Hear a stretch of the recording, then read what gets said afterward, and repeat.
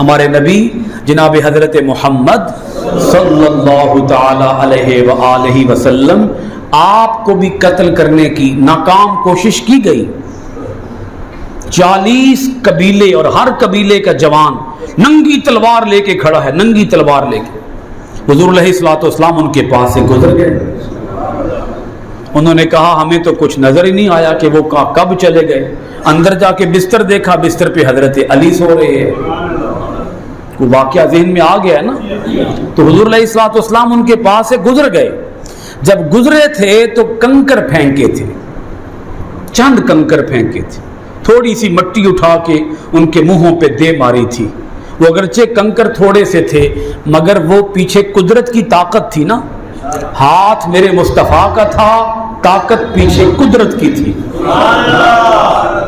وہ قدرت کی طاقت سے جب کنکر پڑے حضور کے دستے مبارک سے تو سارے کے سارے اندھے ایسے ہوئے کہ انہیں باقی سب کچھ نظر آ رہا تھا مگر حضور نظر نہیں آ رہے تھے.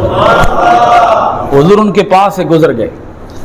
وہ دیکھتے کہ دیکھتے ہی رہ گئے. ویسے ٹک ٹکی باندھ کے وہ دروازے کی طرف دیکھ رہے تھے، دروازہ کب کھلے گا، حضور کب باہر آئیں گے. بس باہر آتے ہی ہم معاذ اللہ حضور علیہ الصلوۃ والسلام کو نعوذ باللہ من ذالک قتل کر دیں گے. وہ الزام کس کو دیں گے؟ 40 قبیلے ہیں، کس کس کو پکڑیں گے جا کے؟ قاتل کس کو قرار دیں گے؟ 40 قبیلوں سے ٹکر لینا کوئی آسان کام تو نہیں ہوگا. لہذا حضور علیہ الصلوۃ والسلام نے جب کنکر پھینکے اندھے ہو گئے، نظر کچھ بھی نہیں آیا. حضور ان کے پاس سے گزر گئے. آج بھی کچھ لوگ ہیں نا جو کہتے ہیں حضور ہمیں تو نظر نہیں آتے، اے بابے سن تے نظر نہیں آندے، اے ولی سن تے نظر نہیں آندے. کتھے جے ولی، کتھے جے اللہ دے نیک پاک باز اولیاء بندے، کتھے جے حضور سن تے نظر نہیں آندے. بس ان کو صرف اتنا جواب دے دیا کریں تمہیں کوئی کنکر لگ گیا ہوگا. بس اتنا سا جواب اتنا کافی ہے. زیادہ لڑنے کی الجھنے کی ایسے لوگوں سے ضرورت نہیں ہے. بس ایسا اتنا کہہ دیا کریں بھائی کوئی کنکر تمہیں لگا ہوا ہے. جنہاں کنکر لگ جائے انہاں حضور کولو گزر بھی جان تے نظر نہیں آندے. دوان کتھوں نظر آن گے؟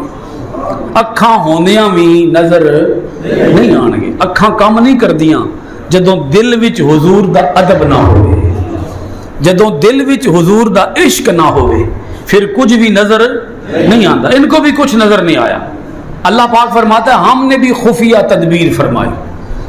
وہ غار کے دانے پہ کھڑے ہیں، غار کے دروازے پہ. حضور اندر آرام فرما ہیں. جناب حضرت ابو بکر صدیق ڈر رہے ہیں کہ کہیں ایسا نہ ہو کہ یہ معاذ اللہ حضور علیہ الصلوۃ والسلام کو آ کر کوئی نقصان پہنچائیں. تو حضور نے فرمایا لا تحزن ان اللہ معنا، اے ابو بکر تو نہ ڈر، اللہ ساڈے نال ہے.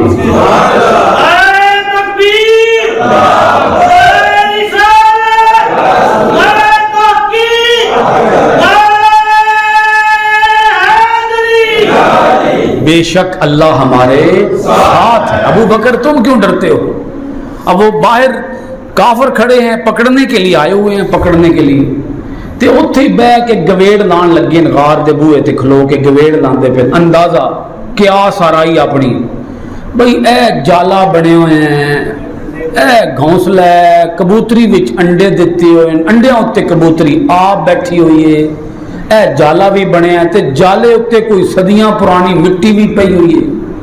اندر کوئی بندہ گیا ہوندا تے جالا ٹوٹ جاندا، گھونسلہ ڈگ جاندا، انڈے ٹوٹ جاندے، کبوتری اڑ جاندی. اندر بندہ تے گیا ہی کوئی نہیں. رب بچاتا ہے تو پھر یوں بچاتا ہے. یہ ہے میرے رب کی تدبیر. کچھ سمجھ آئی کہ نہیں آئی؟ یہ ہے بولیے رب کی تدبیر.